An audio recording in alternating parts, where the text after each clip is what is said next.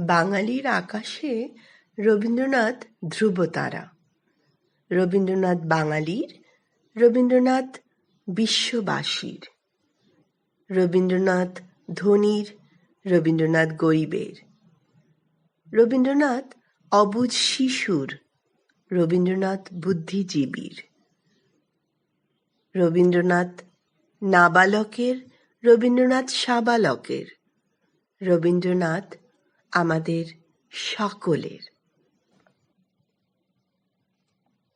জানো মা, আমি না কবিতা লিখেছি, তোমরা পড়বে কি তা?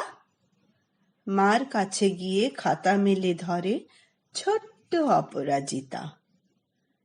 রাগে চোখ মেলে মাতাকে বলেন, মাথা কি খারাপ হলো?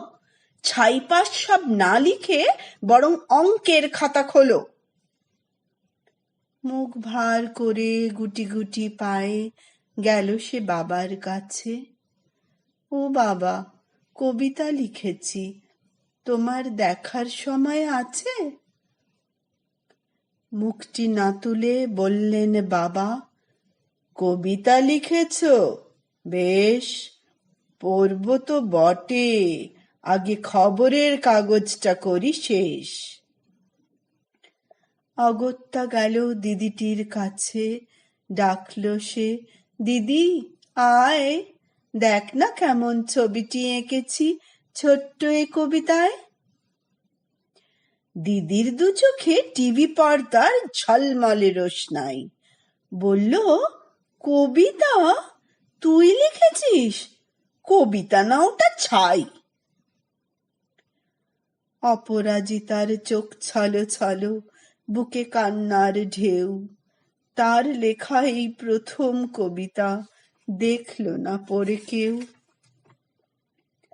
একা ঘরে বসে সামনে তাকালো মালাতে সাজানো ছবি। স্নিগ্ধ দু চোখে রয়েছেন চেয়ে সহজ পাঠের কবি।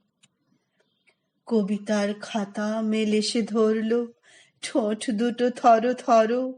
বলল, ঠাকুর কেউ না পড়ুক, তুমি এ কবিতা পড়ো।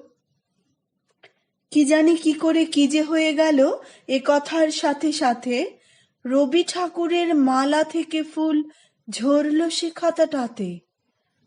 মনে হলো তার সামনে দাঁড়িয়ে বুঝি রবীন্দ্রনাথ, মাথার উপরে রাখলেন তার আদর মাখানো হাত।